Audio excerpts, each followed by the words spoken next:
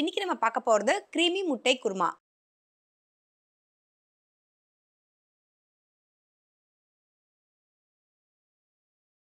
இந்த ரெசிபியை பண்றதுக்கு தேவையான பொருட்கள் என்னென்னன்னு பார்க்கலாம்.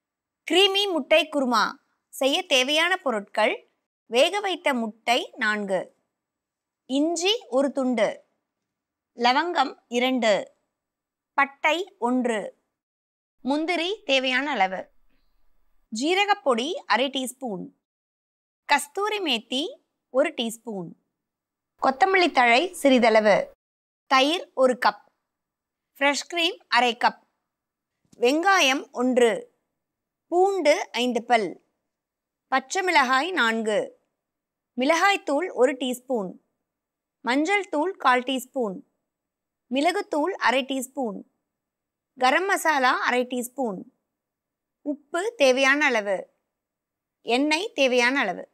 கிரீமி முட்டை குருமா பண்ணுறதுக்கு தேவையான பொருட்கள் என்னென்னு பார்த்தாச்சு. எப்படி பண்ணுறதுன்னு இப்போ பார்க்கலாம். ரொம்ப சிம்பிளாக, ஈஸியாக, ரொம்ப டேஸ்டியாக இருக்கக்கூடிய ஒரு முட்டை குருமா தாங்க இது. இது வந்து க்ரீமியாக இருக்கிறதுனால கிட்ஸ்க்கெல்லாம் ரொம்பவே பிடிக்கும். இது இட்லியோட, தோசையோட, சப்பாத்தியோட, எல்லா டிஃபன் ரெசிபீஸோடையும் ரொம்ப நல்லா போகும். அதே மாதிரி புலாவோடையும் ரொம்ப நல்லாயிருக்கும். ரொம்ப ஈஸியாக பண்ணிடலாம். இப்போ வந்து பார்த்திங்கன்னா ஃபஸ்ட்டு நம்ம வந்து ஒரு கடாயை வச்சுருக்கோம். அந்த கடாயில் கொஞ்சமாக எண்ணெய் விட்டு காய வச்சுருக்கோம். இதில் இஞ்சி 1 துண்டு ஆட் பண்ணிக்கலாம். இது கூடவே பூண்டு ஒரு 5 பல், இதெல்லாம் சேர்த்து நம்ம வந்து அரைக்க போகிறோம். 2 பச்சை மிளகாய் ஆட் பண்ணிக்கலாம். காரத்துக்கு ஏற்ற மாதிரி நீங்கள் வந்து உங்களுடைய காரத்துக்கு ஏற்ற மாதிரி 2லேருந்து 4 வரைக்கும் நம்ம ஆட் பண்ணிக்கலாம்.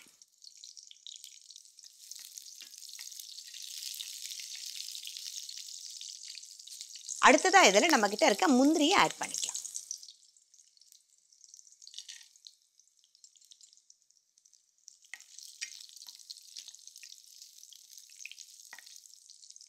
இது கூடவே ஒரு வெங்காயம்,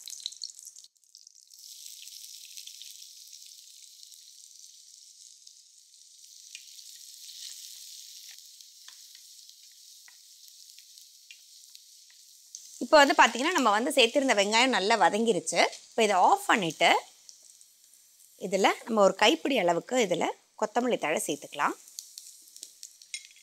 இப்போ இது எல்லாத்தையும் சேர்த்து ஆறவும் நம்ம அரைச்சி கொண்டு வந்துடலாம் பேஸ்ட்டாக.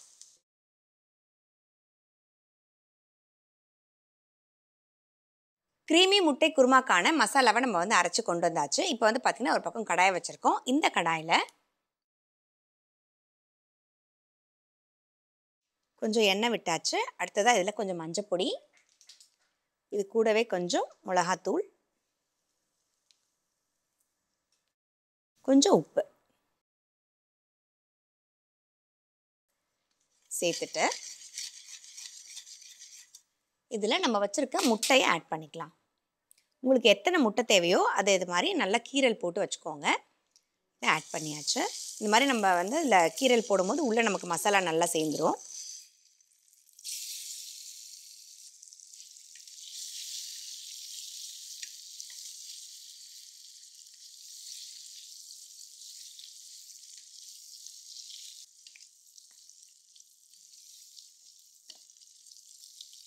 இது மாதிரி ஒரு 5 நிமிஷம் நல்லா நம்ம ரோஸ்ட் பண்ணதுக்கப்புறம் இந்த முட்டையை எடுத்து நம்ம வந்து ஒரு தனியாக ஒரு பிளேட்டில் வச்சிடலாம்.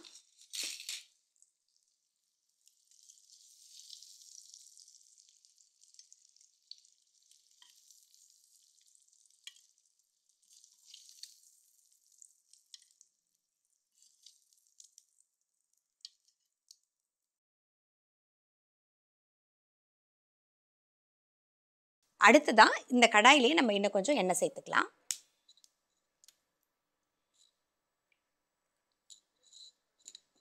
ஒரு பட்டை, 2 லவங்கம்,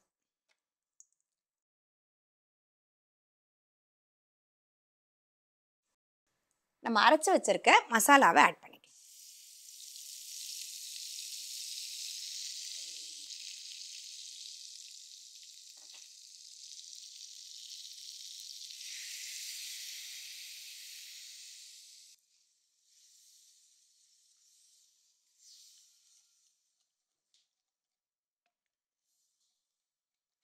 இப்போ இந்த மசாலாவில் நம்ம தேவையான அளவுக்கு தண்ணி சேர்த்தாச்சு. அடுத்ததாக இதில் ஒரு 1/4 டீஸ்பூன் அளவுக்கு ஜீரகப்பொடி, ஒரு அரை டீஸ்பூன் அளவுக்கு இதில் கரம் மசாலா, ஒரு அரை டீஸ்பூன் பெப்பர்.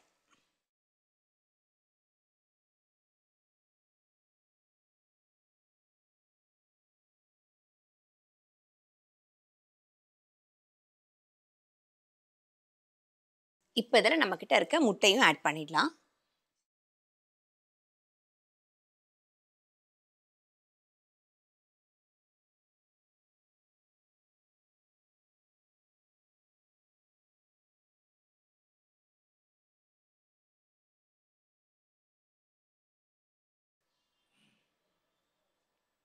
இப்போ அடுத்ததாக இதில் நம்ம வந்து க்ரீம் ஆட் பண்ண போகிறோம். இந்த க்ரீமோட நம்ம வச்சுருக்க தயிர் கொஞ்சம் ஆட் பண்ண போகிறோம். நல்ல கெட்டி தயிரை இந்த க்ரீமோட ஆட் பண்ணிக்கலாம். ஒரு 3 டீஸ்பூன் அளவுக்கு ஆட் பண்ணால் போதும். நல்லா மிக்ஸ் பண்ணிவிட்டு இந்த க்ரீமை கடைசியாக தான் நம்ம ஆட் பண்ணணும். அப்படி இல்லாட்டி நமக்கு வந்து திரிஞ்சிரும். நமக்கு குருமா ரெடி ஆனதுக்கப்புறமா ஃபைனலாக இதை ஆட் பண்ணிக்கலாம். இப்போ வெஜிடேரியன்ஸ் வந்து பார்த்திங்கன்னா இது முட்டை போட வேணாம்னு நீங்கள் நினச்சிங்கன்னா இதில் வந்து நீங்கள் இதே மாதிரியே வந்து நீங்கள் டோஃபு சேர்த்து பண்ணலாம். அப்படின்னாட்டி பன்னீர் சேர்க்கலாம். அதே மாதிரி மஷ்ரூமும் சேர்த்து நீங்கள் வந்து இதே ப்ரிப்ரேஷனில் பண்ணிங்க அப்படின்னா சோயா சங்க்ஸ் கூட நீங்கள் வந்து ஆட் பண்ணலாம். அவ்வளோ டேஸ்டியாக இருக்கும். இப்போ இதில் நம்ம வச்சுருக்க க்ரீமை ஆட் பண்ணிடலாம்.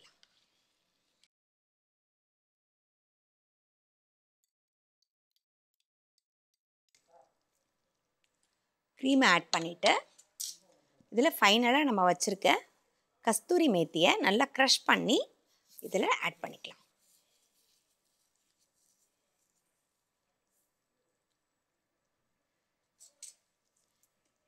நம்ம லைட்டாக மிக்ஸ் பண்ணிவிட்டு இதுக்கு மேலே இதை நம்ம அடுப்பில் இருக்க வேண்டாம்.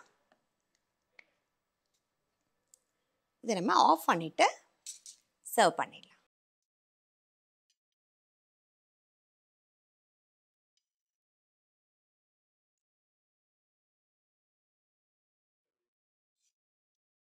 ஸோ இந்த முட்டை குருமா வந்து பார்த்திங்கன்னா நீங்கள் வந்து இட்லியோட, தோசையோட, சப்பாத்தியோட, ரைஸோட எல்லாத்தோடையுமே அவ்வளோ நல்லா கம்பைன் ஆகும்.